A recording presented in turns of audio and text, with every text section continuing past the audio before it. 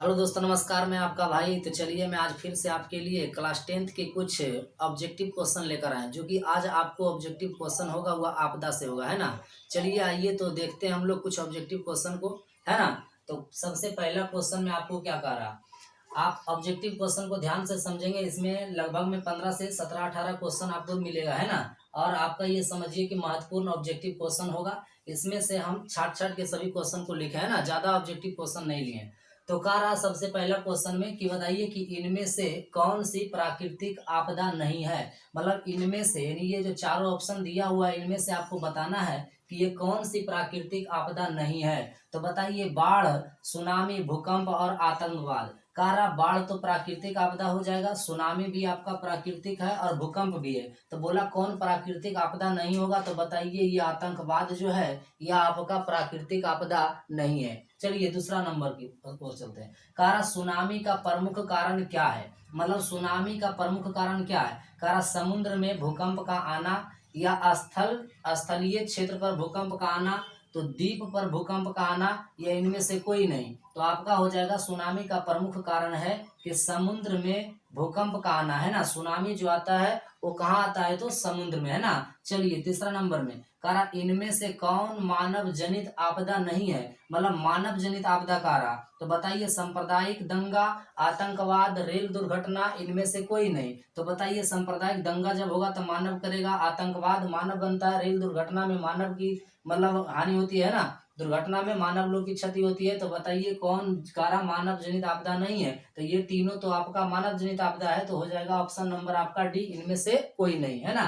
तो चलिए 4 नंबर में करा निम्न में से कौन प्राकृतिक आपदा नहीं है। मतलब प्राकृतिक आपदा पूछ रहा कि नहीं है। तो बताइए बाढ़, हिंसा, भूकंप, सुखाड़। तो बताइए बाढ़ आपका प्राकृतिक आपदा है, मानव लोग बाढ़ नहीं लाता है।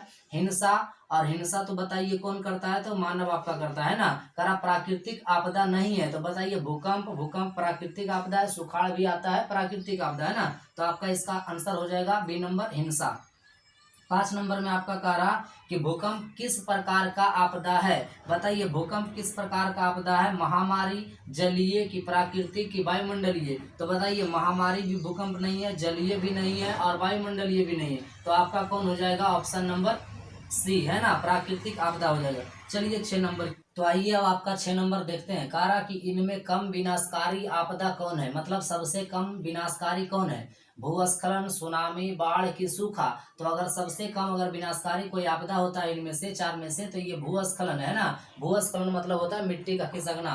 आगे 7 नंबर का सुनामी किस भाषा का शब्द है। सुनामी मतलब किस भाषा का शब्द है। जापानी, ये हिंदी, जापानी, अंग्रेजी और अरबी, ये चार आपको भाषा दिया है ना शब्द। तो बताइए सुनामी किस भाषा का शब्द है। तो आपका आंसर हो जाएगा ये जापानी, है ना। क्या हो जाएगा, जापानी। चलिए 8 नंबर में कह रहा कि बिहार में भूकंप कब आया था। देखिए बिहार में भूकंप या कहीं भी आते रहता है, लेकिन यहाँ कहने का मतलब है बिहार में सबसे ज्यादा विनाशकारी भूकंप कब आया था। मतलब 1934, 1904, 2008, 1997। तो सबसे विनाशकारी भूकंप जो आया था वह 1934 में आया था।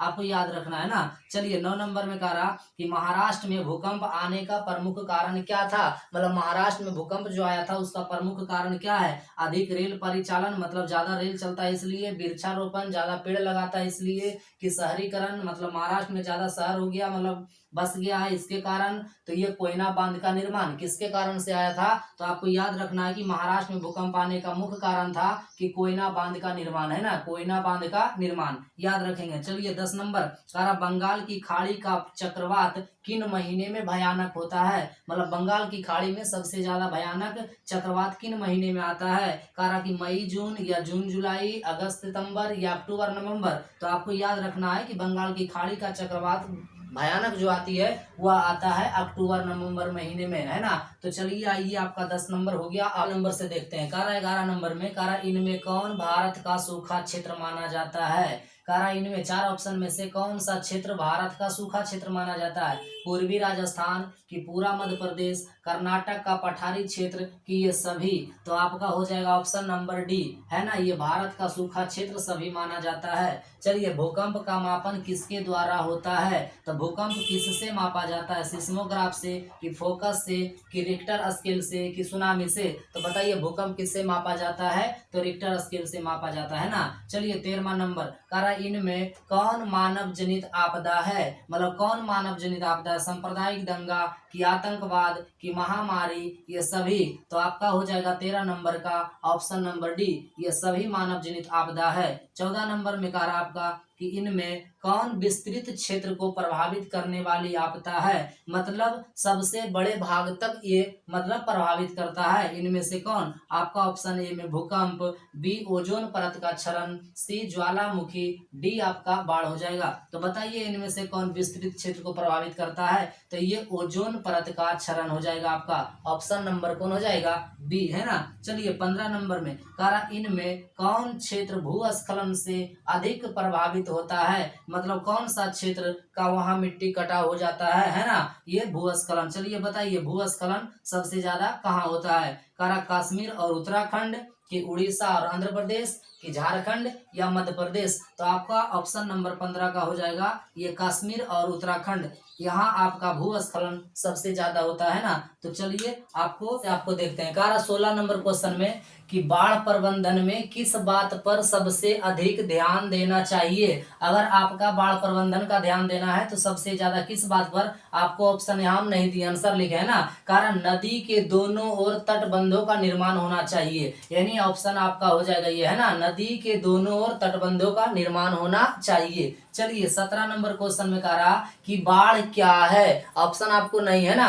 बाढ़ क्या है तो आप बताएंगे कि बाढ़ एक प्राकृतिक आपदा है। बाढ़ क्या है तो आप बताएंगे एक प्राकृतिक आपदा है। चलिए 18वें नंबर में कारण नदियों में बाढ़ आने का प्रमुख कारण क्या है? कि नदी में बाढ़ आता है, इसका प्रमुख कारण बताइए। तो आपका है नदी के तली में अवसाद का जमाव, है ना, नदी के तली में अवसाद का जमाव। अवसाद के मतलब होता है काद, जिस प्रकार से आप कादो बोलचाल की भाषा में कहते हैं ना, नदी के तली में अवसाद का जमाव। चलिए 19वां नंबर आपका रहा कि भोपाल गैस त्रासदी किस प्रकार की आपदा है? भोपाल में जो गैस मतलब रिसा हुआ था वह किस प्रकार की आपदा है? प्राकृतिक आपदा, की मानव जनित आपदा, या वायुमंडलीय, की कोई नहीं? तो आपका हो जाएगा भोपाल गैस का त्रासदी अवसाद जो है ये मतलब किस प्रकार की आपदा है? तो हो जाएगा मानव जनित आपदा, है ना। चलिए लास्ट आपका है 20वां नंबर, कहा सुनामी क्या है? तो आप बताएंगे सुनामी एक विनाशकारी समुद्री लहर है ना। सुनामी क्या है तो आप बताएंगे विनाशकारी समुद्री एक लहर है। तो आपका आज 20 क्वेश्चन हमने आपदा से क्लियर किए, है ना।